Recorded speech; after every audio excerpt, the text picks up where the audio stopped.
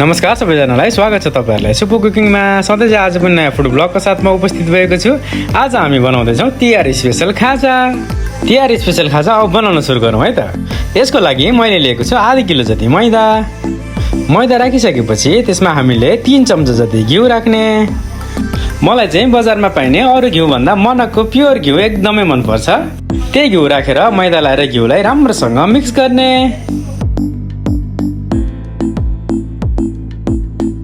मैदा र घिउ राम्रोसँग मिक्स भयो कि भएन भनेर यसरी डल्लो बनाउने। यदि डल्लो बनाउँदा राम्रोसँग डल्लो बनेर फुट्यो भने हाम्रो मैदा र घिउ रेडी भएको छ।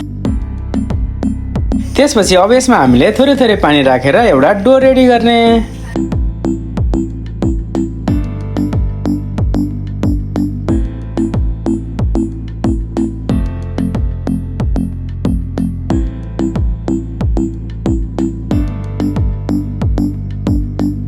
खाजाको लागि हाम्रो डो पनि रेडी भइसकेको छ। अब यसलाई राम्रोसँग सेट हुनको लागि हामीले 15 देखि 20 मिनेट जति यसलाई छोपेर राखिने। यता डो सेट हुँदै गर्छ। अर्को साइडमा मैले खाजाको लागि चाहिने ब्याटर रेडी गर्दै छु। ब्याटरको लागि थोरै मैदा र घिउ राखेर त्यसलाई राम्रोसँग फिट्ने।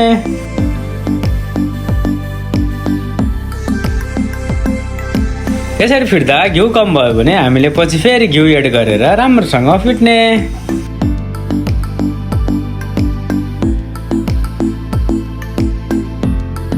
खाजाको लागि चाहिने ब्याटर पनि रेडी भइसकेको छ। अब हाम्रो डो रेडी भयो कि भएन चेक गरौँ है त।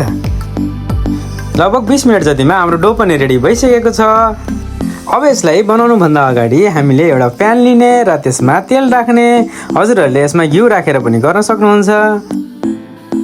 डो पनि रेडी भइसकेको छ। अब हामीले 5 वटा छुट्टै छुट्टै साइजको पेडा काटेर हामीले रोटी बनाउनु पर्छ।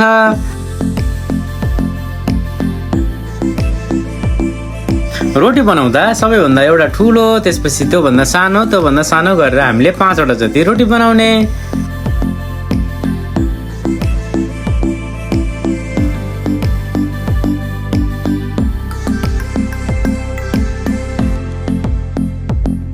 रोटी बनाउँदा सकेसम्म हामीले एकदम पातलो र गोलो बनाउनु पर्छ।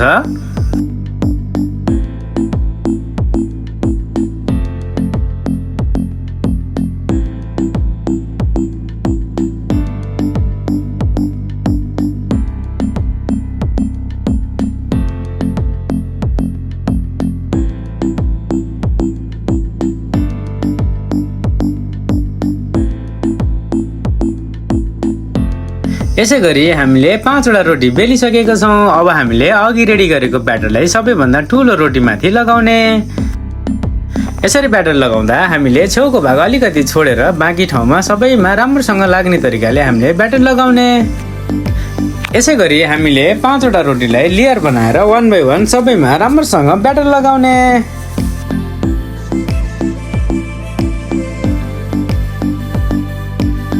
5 वटा रोटीमा राम्रोसँग ब्याटर पनि लगाइसकिसकेको छ। ल हेर्नुहोस् त लेयर कस्तो राम्रो देखेको छ। अब यसलाई हामीले राम्रोसँग टाइट गरेर रोल बनाउने। यसरी रोल बनाउँदा सबैतिरको साइज एउटै हुने गरी राम्रोसँग रोल गर्ने। रोल गरिसकेपछि लास्टको भाग राम्रोसँग टाँसिनको लागि हामीले थोरै पानी राखेर फेरि रोल गर्ने। रोल रेडी भइसकेपछि साइज मिलाउनको लागि हामीले दुई साइडको छेउको भागलाई काटेर राख्ने। रेडी भएको रोललाई हामीले भिडियोमा देखाए जस्तै गरी कटिङ गर्ने। ठुलो साइजमा कटिङ गर्नु भयो भने पनि राम्रो देखिँदैन र सानो भयो भने राम्रो देखिँदैन। यसको साइज चाहिँ यत्रै भयो भने एकदम राम्रो देखिन्छ। कटिङ गरेर सकिसकेपछि भिडियोमा देखाए जस्तै गरी बेल्नाको सहायताले हामीले फेरि अलिकति बेल्नु पर्दछ।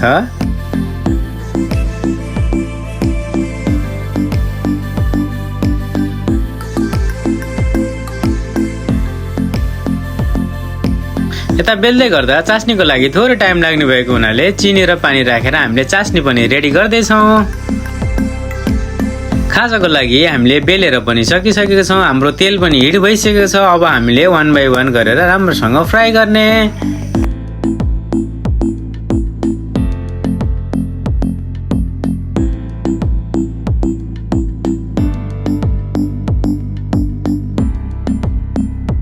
यसरी फ्राई गर्दा कहिलेकाहीँ टाँसिएर भित्र राम्रोसँग फ्राई नहुन सक्छ।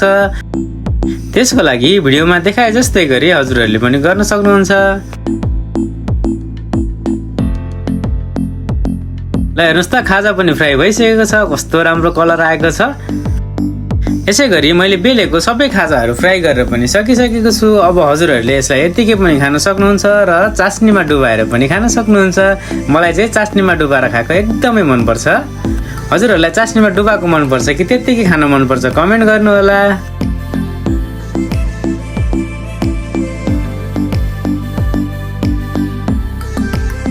कस्तो लाग्यो त आजको भिडियो कमेन्ट गर्नु होला। अनि हजुरहरूले पनि यो फेस्टिभलमा यसै गरी मिठो खाजा बनाएर खानु होला। अनि सुपोलाई सधैँभरि माया गर्नु होला। भिडियो पुरा हेरिदिनु भएकोमा सबैजनालाई धेरै धेरै धन्यवाद र अब हामी अर्को भिडियोमा भेटौँ है त।